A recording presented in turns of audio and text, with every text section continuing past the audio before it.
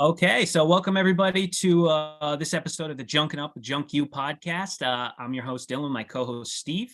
Today we have a very special guest. Our guest is Mike McCann, who's the head of the McCann Real Estate Team. Mike has been the dominant realtor in the Philadelphia and mainline areas for the last 30 years. He and his team have done billions of dollars in transactions, and they're one of the top real estate groups in the United States. Thanks for joining us, Mike.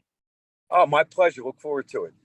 I am Mike McCann, the real estate man. Okay. Yeah, man. Absolutely. Yeah, perfect. So yeah, can you give us a kind of just like an idea of how you got started into real estate, what brought you in, and yeah. So I love real estate, 36 years in the business. And what I love about real estate is it's entrepreneurial.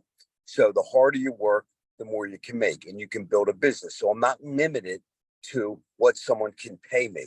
And since I was a wee little lad, right, and I wanted a mini bike, my parents said, you can have one, but we can't buy it for you. So I learned early on to work hard. And then the results of that hard work by me buying that mini bike, when I was 10, it was, I drove that mini bike more than anybody, than any other people that their parents bought the mini. I took care of it better. I became better, like that passion. So I learned early on that where, the harder you work, the luckier you can be, and more things can happen. Good things can happen. So I always wanted to be successful in life. I just didn't know what I wanted to do. And fortunately, I found real estate a little bit later. When I was 27, I found real estate, and I've been doing it ever since. So I got in, just by a couple of friends are starting to buy real estate, and I was in the hotel business. I sold vacuums door to door for 3.5 years, $644 vacuum cleaners. I've worked in the stores. So I always worked my whole life, but I couldn't find that one thing where the harder you work, the more you can make. Although selling vacuums, is that crazy? I sold vacuums door to door for 3.5 years because there were no jobs in the country at that time. There was high inflation, there was high interest rates, and there were no jobs. You couldn't get a job at McDonald's. And I found this job, and that guy, taught me about being an entrepreneur. And so I did that for 3.5 years. So anyway, so those are some of my jobs. Yeah. Yeah. Would you say that selling the vacuums kind of like set a precedent that you wanted to be in sales? Is that kind of like sparked the interest, or was it his mentorship? How'd that play into the big story? So that's a great point. So, I'm 12 years old. I'm working at a restaurant because I wanted to get now a dirt bike, like not a mini bike, a dirt bike. I wanted to save up for a car when I was, so I got this job at 12 at Tony Alvino's restaurant. So I was in this restaurant, and I'm a dishwasher. Nobody's letting me in. I'm this skinny little kid, long hair. I'm going in the back of shopping centers trying to get into, because they don't let me in the front door. And I got this job, and I'm working my head off. And most of the people working with me were like 16, 17, 18, 19. They're like, yo, kid, slow down. What are you working so hard for? 6 months later, I'm out in the prep kitchen. The owners liking how hard I work. 6 months after that, I'm on the front line, learning how to make steaks and stuff like that. So I really grew. And I love that.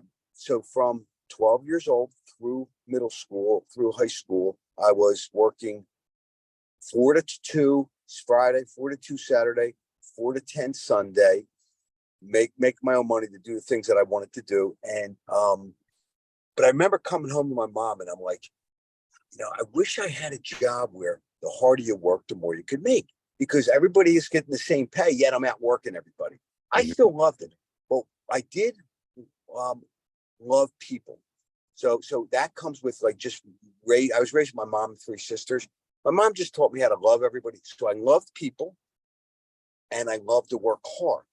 And those two combinations are natural for sales. I didn't know about sales at that time. And the guy, by the time I'm 16, so you're going to be going to college? I'm like, I can't afford to go to college. I got this scholarship, but I can't afford. And he said, well, you should stay here because you should be the owner of this restaurant at some point.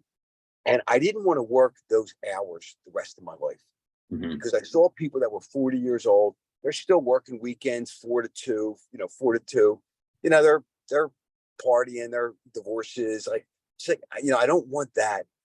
And so I took a job with the city. When I graduated high school, I went to college for a day and I bailed on college because I didn't know what I wanted to do. Like college is great, but I didn't know what I wanted to do. And I couldn't afford to keep my car, to have a place, to feed myself, to clothe myself in college for not knowing what I wanted to do. So I took a job at the city of Philadelphia, and lo and behold, I was working in the sewers. So for 1 year, for $4.50 an hour, I worked in the sewers from 9 at night till 6 in the morning, out on the streets, going down manholes, doing work for the city. So you know the city inside and out, literally. I grew up in far northeast Philly called Parkwood. It's the edge of Philly, and that's Bucks County.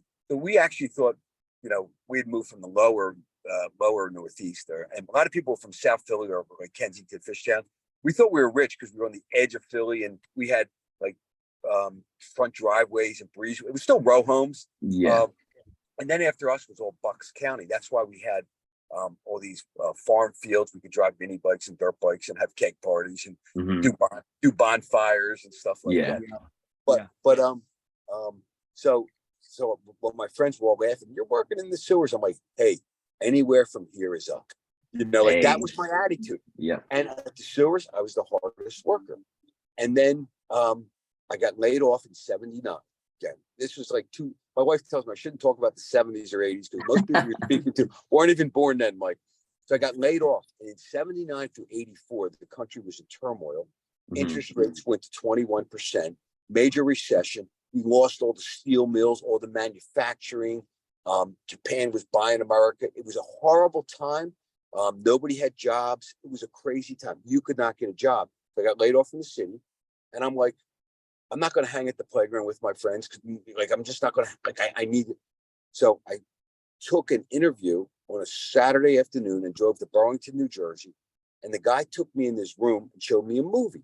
And the movie was this commercial for selling vacuums. Now, they didn't say you're selling vacuums. They showed me this movie of this guy who was a star at the time, like a TV show called The Rifleman. The guy's name was Chuck Connors. And everybody watched, back then there were only 3 channels, 3, 6, and 10. Everybody watched the same shows. So everybody knew who the Rifleman was. He was like this badass guy, excuse my language, badass guy with a rifle. And so he does this movie about the American dream, about entrepreneurial, how the harder you work, the more you can make. And he's showing you pictures of like yachts and people and fast cars and fancy houses. And I'm like, oh my God, what's this? And I'm listening to this thing. And by the end of that thing, they show you at the end, and this is what you'll be doing. And it shows you this vacuum that does 36 things, lasts a lifetime, blah, blah, blah, blah. But I was sold on the American dream in my mind of like, this is what I always wanted. So it was selling vacuums. So they bring us in class on Monday. He hires me. There's 20 people in there. The guy there, James B. Marion III, he was my mentor. He became my mentor. Guy was like my age at the time. He was like 64. He's there. By the end of this week, you'll be lucky if there are 3 of you in this room. By the end of this month, you'll be lucky if there are 1 of you, because most people don't have what it takes to be successful. And in my mind, I'm like, dude, if I can have those yachts and those houses, I'm going to do whatever it takes. But he explained, he's there, my parents came here from the Holocaust. I was going to college. I couldn't get a job. I sold vacuums so I could get my law degree. He said, I ended up becoming a multimillionaire with my opening up these vacuum sales places. And he said, and if I can do it, anybody can do it. And that was the mindset. So I just bought into that. I know it's funny. So I'm 19 years old. I'm hanging Northeast Philly with my buddies at this playground when I'm not working. It's like 40 guys and girls. And back then it was the baby boom. So there was kids all over. Everybody was out. Nobody's in a house, and no coffee shops or, no restaurants. So we would just hang at this playground. And it was the 4th week. I had sold 3 vacuums. I made $750 and I won this contest, which was a jukebox. So I come flying up to the playground with my Galaxy 500 car, big old Ford with a trunk, and my jukebox is sticking out of the back of the trunk. I pull up in front of all of my friends sitting on this wall in front of the playground. And I jump out of the car and I'm waving $750 in my hand and the jukebox. And all my friends are like, because they were making fun of me selling vacuums. You know, you should Yeah. have heard. They were ripping me apart. Yeah. And they're like, oh my God, oh my God. That job's So gonna suck. that guy, and so I made 750 today, but like making $3,000. You know what I mean? Like it was crazy. So they couldn't believe it. So I bought into that. And I did that for 2 years. I opened up my own franchise with another partner. And then what happened is a year and a half into that, that partner was an older guy, screwed me. And so I left after I couldn't work it out. And I came back to Parkwood and I'm like, I can't stay here. So I moved to Center City and I started working at Hilton because I knew the restaurant business. And then I'm like, oh my God, I'm 20, 22. I don't know what I'm going to do. And James B. Marion, every morning we would come in for a sales meeting. And we would come in at 8 o'clock. He'd play some loud music. And then we'd have a pep rally. And then he would bring you up front. And he would make you accountable for what you did or didn't do the previous day. And he would either chew you up or tear you down. Today, he'd probably be arrested for abuse, right? And I wanted to make Jim proud. And the reality of it was, he would say, I'm 63 years old. I got more energy, my little finger, than all of you, than the rest of you 28-year-olds, 22-year-olds do. And he's there, can't be. And he taught me all these slogans. He taught me, never, never, never give up. Patient persistence overcomes resistance. Can't means won't. Oh, I can't do that. No, McCann, that means you won't do that. If he can do it, I can do it. Is he better than you? See, he just taught me this mindset, and he taught me about, and I saw where by the end of the month, I was the only salesperson there. Sorry, somebody's calling in. Yeah, no worries. And so the end of that year, I made like $35,000, and that was more than my father, who was a college professor with a doctorate degree. He made $32,000. So that's how much money that was back then. Yeah. And I did love it, but I kind of got burned out, and the guys messed me up. And so so I'm 22. I don't know what I'm going to do. I come back to my neighborhood. I'm like, I can't stay here. I'll be a loser. I love my friends, but I can't stay here. So I moved into Center City. People were like, you're crazy. I moved to actually 4th and South at the time. It was a punk rock district. It was pretty cool. And I wasn't a punk rocker though. And I got a job at the Hilton. So I'm in the Hilton. I'm this big Hilton, and I'm seeing all these jobs that weren't being covered. So I went to the catering manager and said, you know what, I can do. I was doing room service, 5:30 in the morning till 3 in the afternoon.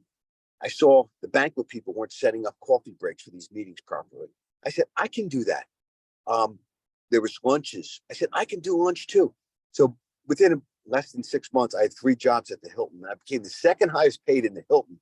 But I was working 80, 90 hours a week doing weddings, lunches, coffee breaks, room service. I'm doing 3 jobs at one time: room service, coffee breaks, and a lunch, and all myself. They're like, "Do you need anybody?" I'm like, "No, I just plan, work hard." Again, the goal was to be self-sufficient and to build, wealth.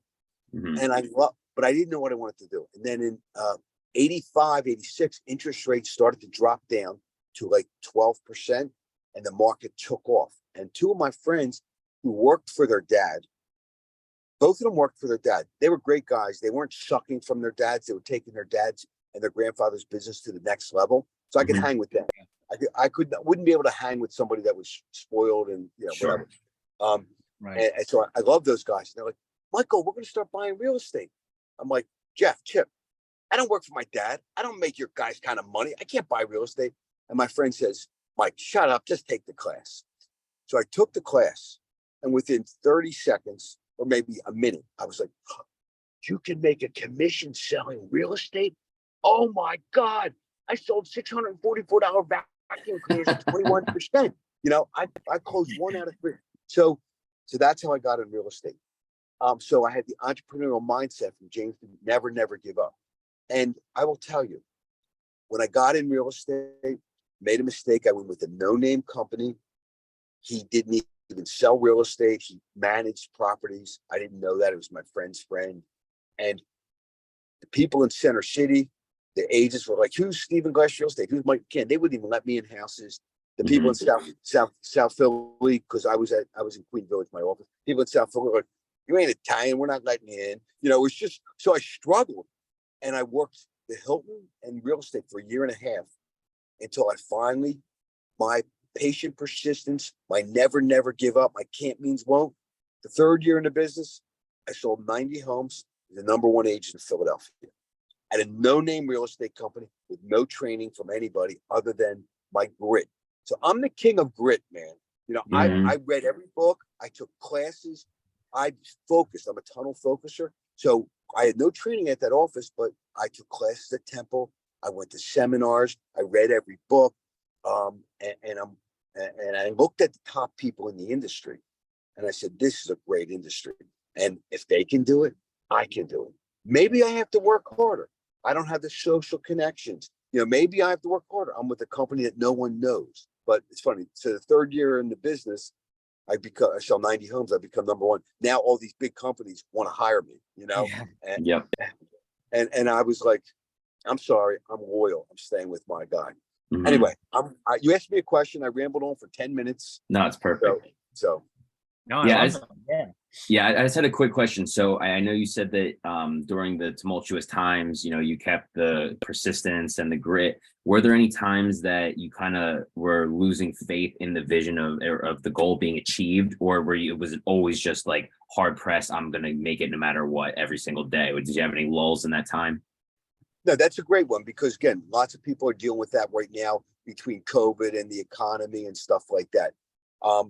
So I live my life in gratitude. There's Mhm. another Mike McCannism: gratitude, attitude. Mhm. I am grateful every day.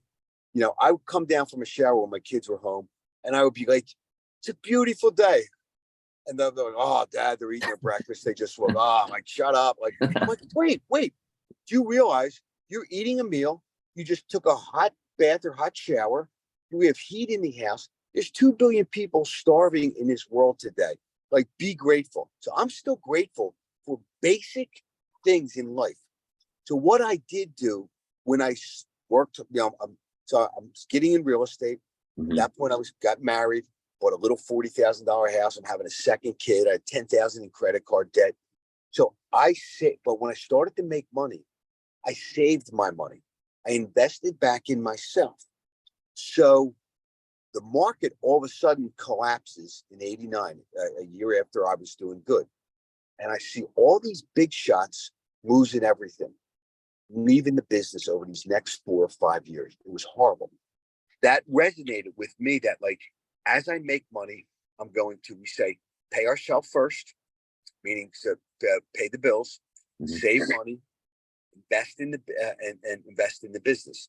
So so I started to save my money. So when that downturn came in '89, '90, I didn't have that much money, but I kept plugging away. Everybody was leaving the business, and my business started to grow a second year. So in a downturn, everybody's leaving the business and losing money. And I went down the first year.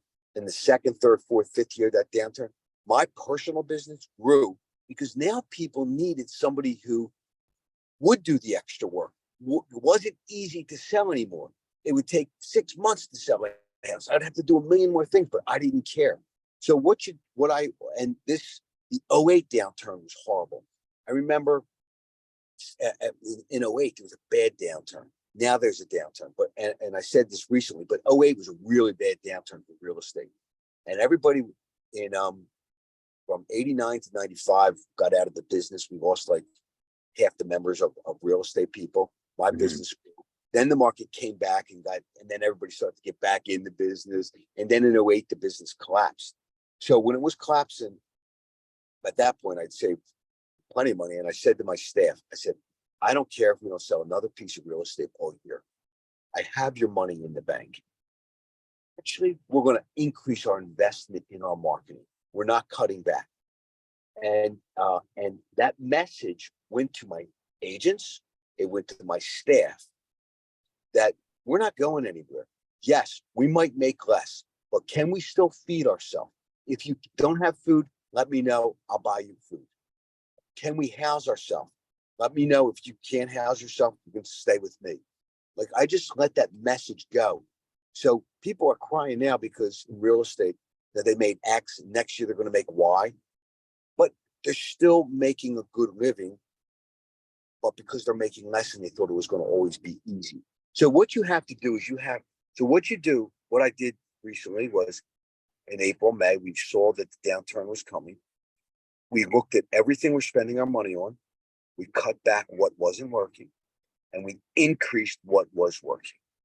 And we have that message at my meetings. I'm sitting at my meeting and the market started to soften. And then by June, our market collapsed. We were down the second half of this year, the whole industry, 60% in sales. I mean, 60, all of a sudden, boom, the faucet turns off. So people are freaking out. And they don't know what to do. And I put that message. So I'm saying to my staff, it was probably 2 months ago, I said, my agents, I'm like, listen, we're going to have to work twice as hard to make half the amount of money. But guess what? Unless you want to take a $20 an hour job, you still make, because real estate agents can do good. Listen, if you go nationally, the average agent makes $43,000, but the top 30% make as much as or more than doctors and lawyers. And then you have people in the middle. You can make a great living. So I said that all my agents who do well, and they're mostly younger than me. I have agents that are in their 20s and 30s and 40s. And I said, you're gonna have to work twice as hard to make half the amount. And I remember after the meeting, somebody coming up to me. I'm millennial. I love millennials, but he came up to me and said, Mike, why are you saying that? You're stressing me out. I said, because that's the reality. When you go to a doctor and he tells you you have a tumor, he can't tell you what you want to hear. He has to tell you have the tumor, and this is what we're going to do to fix it. So and our business now is you have to educate yourself. So no matter what business I'm in, three things. The key to the Mike McCann success has been three things. Have the best reputation in the marketplace. I learned early on that I want to have the best reputation, not just among my clients, but among my real estate community. Two, become the most knowledgeable in the marketplace. Not so I can act like I'm so darn smart, because in school, I'm a C student. But guess what? When I focus on something, it might take me longer, but I'll become an A plus, right? So become the most knowledgeable. And the reason I want to be the most knowledgeable is I can help my clients where others can't, because I know more. I can help agents help their clients because I love to help people. And you get this great reputation of just helping. Once you develop a little bit of wealth, even when I had no wealth, contributing and helping people is the key to happiness. When I was dirt poor and I had no money, I would have thought money would have made me happy. Money is a byproduct of doing the right thing for your customers and clients, doing the right thing for the world in general. Listen, I'm from Philly. It's not being taken advantage of, right? You take advantage of me, I'm tough as nails, right? But I, even when I had a little bit, I always helped people. So having the best reputation, becoming the most knowledgeable, and then I always used to say working the hardest. Now with technology, I always say working the hardest / smartest, because you have to have systems and operations today. You need grit is great, and grit rules, but you need good systems. So like my business has grown dramatically because I embrace the changes. So I'm doing it 36 years. I look like this old dude, but I am up to par with anybody with their systems and operations. And usually I'm ahead of people because I'm constantly, this is a world now where, back in our day, 40, 50 years ago, you got a job, it was your job for life, and that was it. You had a pension, that was it. Today, you grow, you change, industries are changing rapidly. The pace of change is unlike any other time in the history of the human world. It took 100 years for the Industrial Revolution to occur. How fast did it take for the technology revolution to occur? And the change of pace has happened faster. So you have to embrace change. Sorry, so I rambled. So those are three things that I recommend.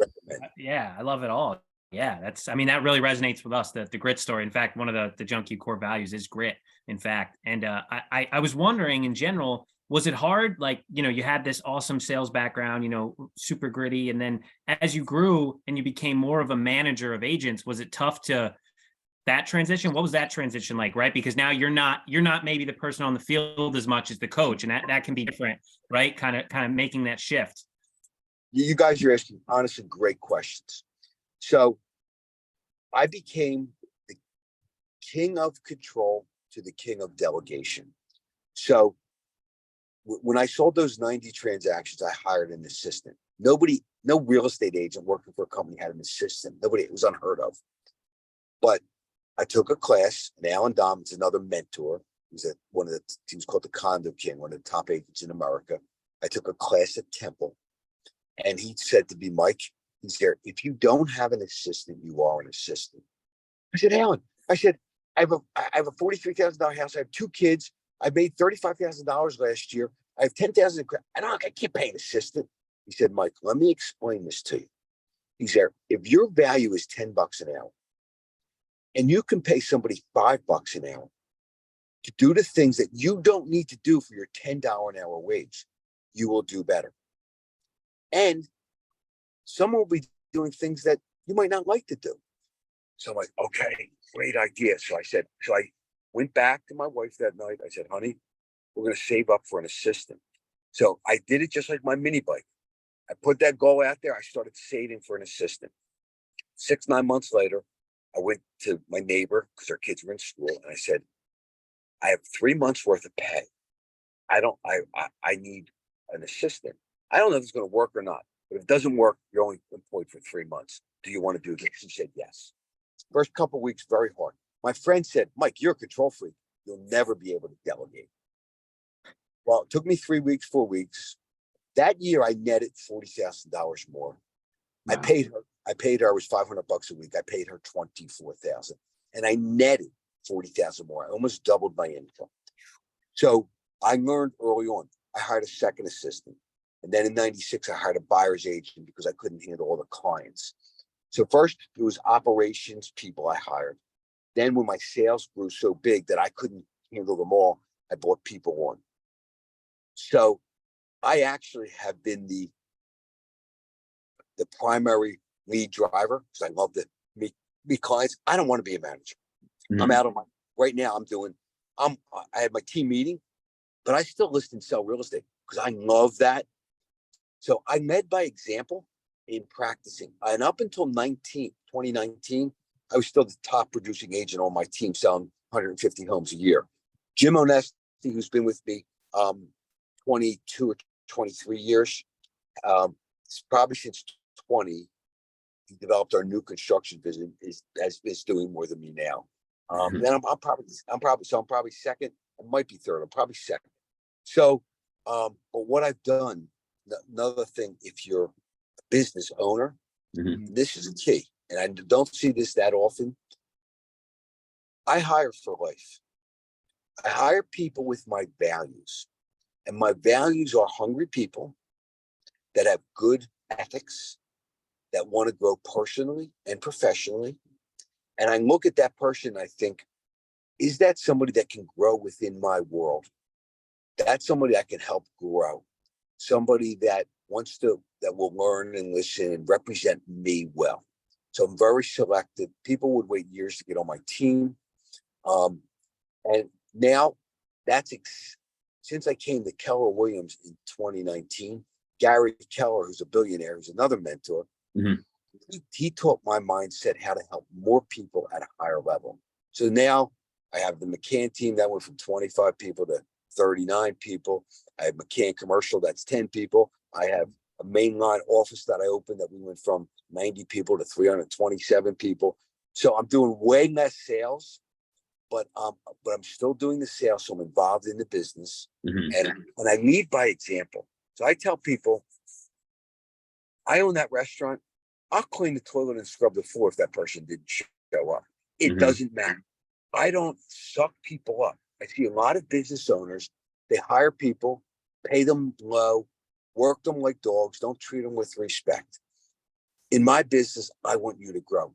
In your industry, you grow good people, you can expand your business. The sooner you realize you can't do it yourself, and the more quality people you have in your life, the better your life is.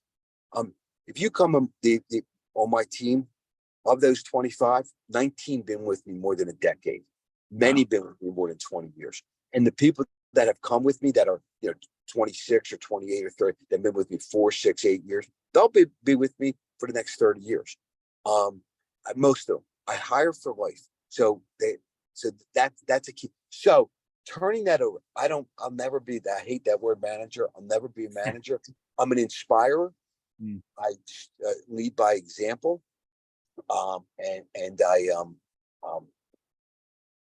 Anyway, so that's pretty much it. Yeah, no, that makes total sense. And you said that like in 2019, that's when you kind of had that shift of helping as many people. So did you kind of always have the goal in mind to develop a business out of like a business where you had multiple agents on your team, or did that just kind of naturally fall into place as you got successful enough? And, how did you balance before 2019, not being that manager, but still growing the team? You know what I'm saying? Yeah. So the team came by. When I started a team, there was no such thing as teams. It was a real estate broker and then each individual agent. My team, I was one of the first ones before anybody really did it. It came by giving exceptional client service, getting so many referrals that I couldn't handle all the business. So I brought in operations people. I really say another key to success: marry well. My wife, I am sales, and my wife is details. My wife is the first one who, when I hired that assistant, who set up an operation manual, who set up the checklist for her to do different actions. I don't want to do that. And if I just said I'm going to be a sales manager, that would not work.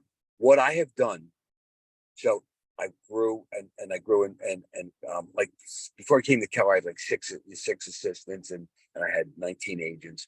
And then when I opened up the market center, I bought people, good operations people that I can rely on, that are like my wife for the McCann team, that were like the people on the McCann team. So you have to stay in your lane and do the things that are best for you. If you like being out on the street, getting those jobs for the team, you should be out on the street. You should hire somebody that does your books. If you're not the best marketer, you hire the best marketer. And then the workers, I hire the best workers that maybe want to grow and not just be the worker,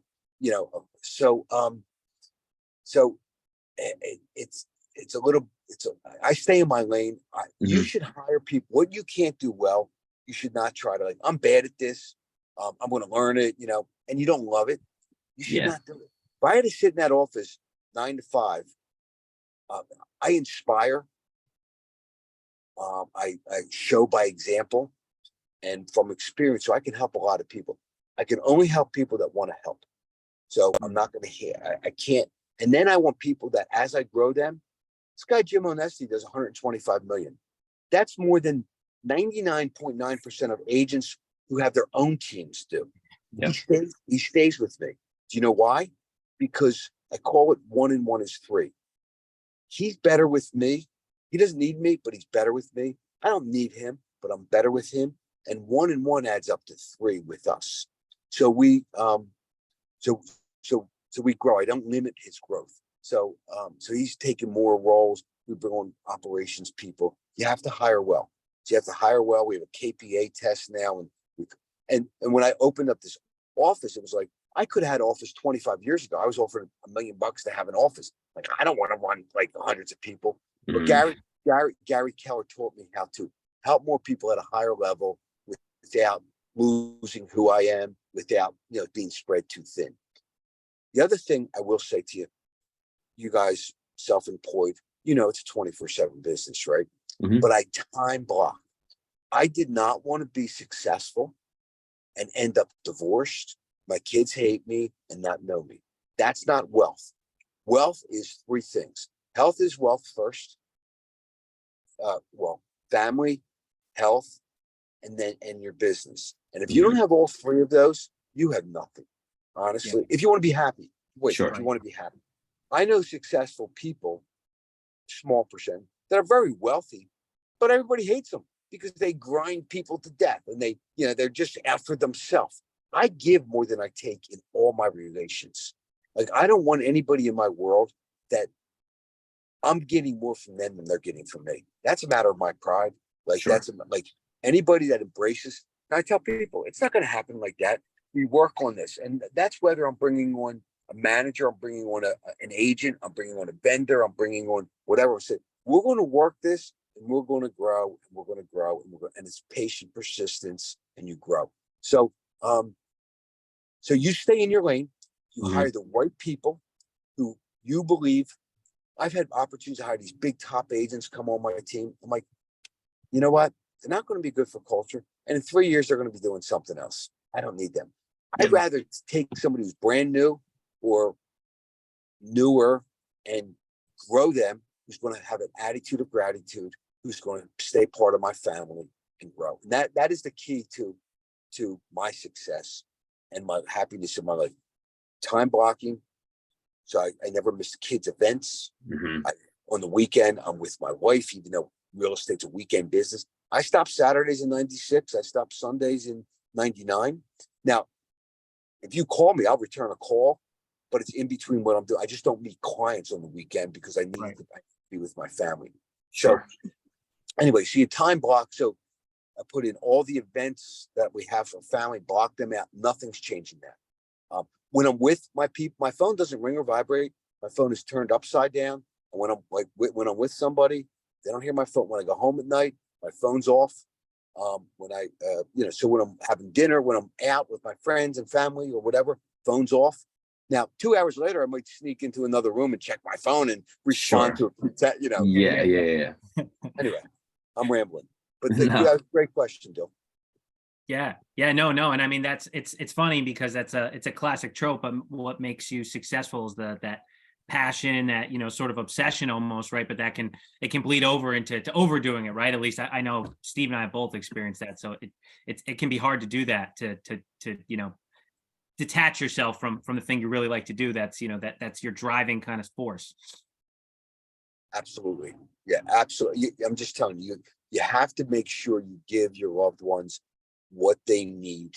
And listen, my wife knew she was marrying somebody that wanted to succeed. And I was going to remember we were having our first child. And she said, I really want to stay home with my children. So that's what you want to do. I want you to do that. I said, how about if I work both jobs? She said, that's exactly what I was thinking. So both jobs are being an entrepreneur, Yeah. But she packs my lunch for me every day. She pays my bills. She runs does my schedule for my home stuff. And so there's so many things that she supports me that she's done from home. Now she'll hire people and she does all people stuff. Anyway, sorry, somebody's calling in. Not picking it up. Blocking the time off. Yeah. Yeah, right. In action. It's great. So where do you see the business going from here? I mean, what's the next North Star that you're aiming towards? Is it to, eventually get to the point where you're selling it? What's the goal in the future? Yeah. So now I'll be showing up. My father, come on, get off phone so I can see you guys there. My father is a college professor at LaSalle. He died from COVID two and a half years ago. Sorry to hear. He retired at 68. A year later, he's teaching 2 classes a day at LaSalle. He's still writing, he's doing his stuff. 86 years old, he's still teaching 2 days a week. People said, Dr. McCann, why are you still teaching? He said, that's who I am. That's what I love. He said, when I'm done teaching that class, those young kids come up to me. Hey, Dr. McCann, how about this? How about that? How about that? He said, the moment they don't come up to me, I know that I lost it. I'll retire. So that's who he was.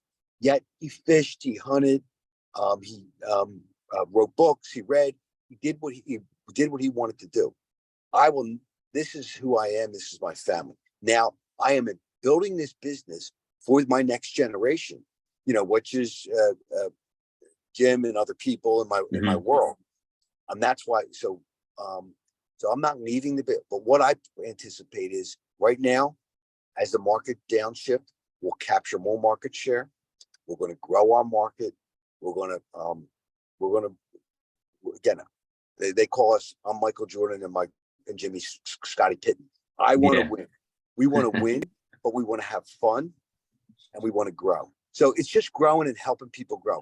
Nothing more rewarding than helping somebody who doesn't have much just grow, or doesn't know what they want to do. Just grow to be happy, successfully, healthy, financially and personally and professionally. But in our business, it's not about the dollar or selling real estate. It's about health, wealth, and well-being.